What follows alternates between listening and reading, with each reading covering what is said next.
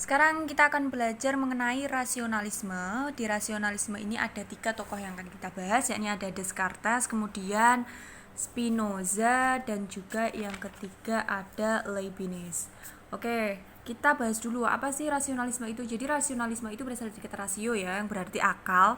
Yang mana pada aliran ini alat terpenting dalam memperoleh pengetahuan itu untuk mengetes kebenaran itu adalah apa? Akal. Nah, pengetahuan diperoleh dengan cara berpikir. Rasionalisme sendiri itu ada 2 macam, ada rasionalisme agama dan ada juga rasionalisme filsafat. Untuk rasionalisme agama, dia itu bertujuan untuk mengkritik ajaran agama, dan untuk rasional filsafat itu bertujuan untuk pengetahuan datang dari penemuan akal. Nah, selanjutnya ada Descartes. Descartes ini sangat berpengaruh ya dia, karena dia sangat menjunjung tinggi akal. Nah, Descartes ini sangat kesal. Sebenarnya itu jadi dia itu sangat kesal dengan kekangan gereja atau agama pada masa abad pertengahan, sehingga ia itu ingin mengembangkan lagi filsafat yang berbasis rasionalisme Yunani. Semangatnya itu muncul karena dia itu udah kesal dengan kekangan gereja. Oke, next ada metode keraguan. Itu metode yang sangat terkenal yang digunakan oleh Descartes.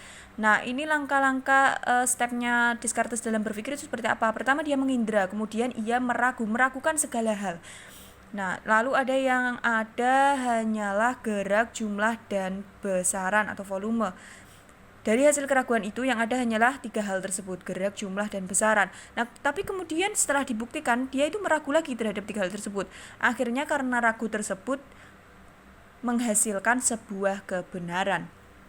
Lanjut, dari saya ragu itu karena saya berpikir. Nah, tidak mungkin ragu kan kalau tidak berpikir. Nah, karena saya berpikir berarti saya ada. Kemudian dari tiga kejadian ini, rangkaian ini, muncullah prinsip atau istilah cogito ergo sum. Cogito ergo sum ini yakni pemikiran bahwasanya akulah yang pantas dijadikan untuk dasar filsafat.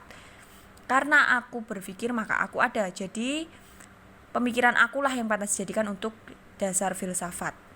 Nah, ini subjektivisme dan relativisme muncul, kemudian akal menang deh di situ dan iman menjadi goyah. Oke, next kita beralih ke tokoh selanjutnya, ada Spinoza. Spinoza ini mempelajari beranggapan menstatementkan bahwasanya kalau mempelajari sesuatu itu jangan terpisah-pisah. Jadi harus step by step. Oke, urut. Nah, seperti ketika kita ingin mempelajari ontologi, sebelumnya kita harus mempelajari kosmologi, contohnya seperti itu. Dan Spinoza ini juga memperkenalkan imaterial, jiwa, Tuhan, dan lain-lain itu pada Yunani material. Nah, gimana cara memperkenalkan? Itu dengan cara substansi, membagi substansi menjadi 2, yakni substansi fisik dan mental. Untuk ada beberapa ini definisi dari Spinoza. Pertama ada esensinya mengandung, sebenarnya esensi itu mengandung eksistensinya. Kemudian yang kedua ada terbatas. Terbatas itu yakni ketika sesuatu dapat dibatasi, itu disebut terbatas. Yang ketiga ada substansi. Substansi adalah apa yang ada dalam dirinya. Dan kemudian ada sifat atau atribut, yakni yang melekat pada substansi. Kemudian ada mode, itu istilah untuk perubahan substansi. Dan Tuhan itu tidak terbatas alias mutlak. Dan bebas itu apa? Bebas itu ya sendirian atau tidak ditentukan atau ditentukan oleh dirinya sendiri, jadi tidak ditentukan oleh orang lain. Itu yang dinamakan dengan bebas. Untuk kekekalan menurut Spinoza apa? Kekekalan itu ya eksistensi sifat, itu bersifat kekal. Spinoza itu percaya sama Tuhan, tapi dia itu menganggap bahwasanya alam semesta ini adalah Tuhan. Jadi Tuhan itu alam semesta gitu. Dia tidak berkemauan, tidak melakukan sesuatu dan tidak mempedulikan manusia. Itulah Tuhan. Next ada tokoh ketiga yakni Leibniz. Nah, Leibniz ini fokus pada substansi. Jadi dia itu lebih ke hidup untuk tujuan tertentu. Prinsip akal yang mencukupi itu adalah sesuatu yang harus mempunyai alasan, akal yang mencukupi itu. Jadi substansi itu banyak dan bebas menurut Leibniz.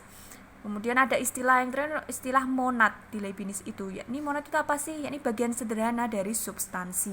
Tidak dapat diciptakan dan dirusak. Tidak punya kualitas monad itu. Jadi Leibniz itu hadir sebagai tokoh idealis, dicap sebagai seorang idealis karena persepsi dan kesadaran itu dibedakan oleh dia, 2 hal tersebut. Nah, untuk alam semesta ini dibangun dari sejumlah besar substansi imaterial menurut Leibniz. Oke, sekarang kita ke kesimpulan. Jadi kesimpulan dari Descartes, Spinoza, dan Leibniz itu apa? Yakni teorinya kabur dan meragukan. Karena apa?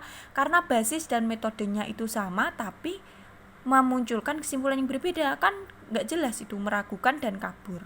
Sehingga memperkaya pemikiran zaman modern, karena perbedaan kesimpulan yang terjadi pada ketiga tokoh tersebut itu kemudian memperkaya pemikiran zaman modern. Nah, muncullah sofisme dan relativisme, yakni orang-orang yang bergantung pada apa yang dianggapnya benar. Itu terkait rasionalisme.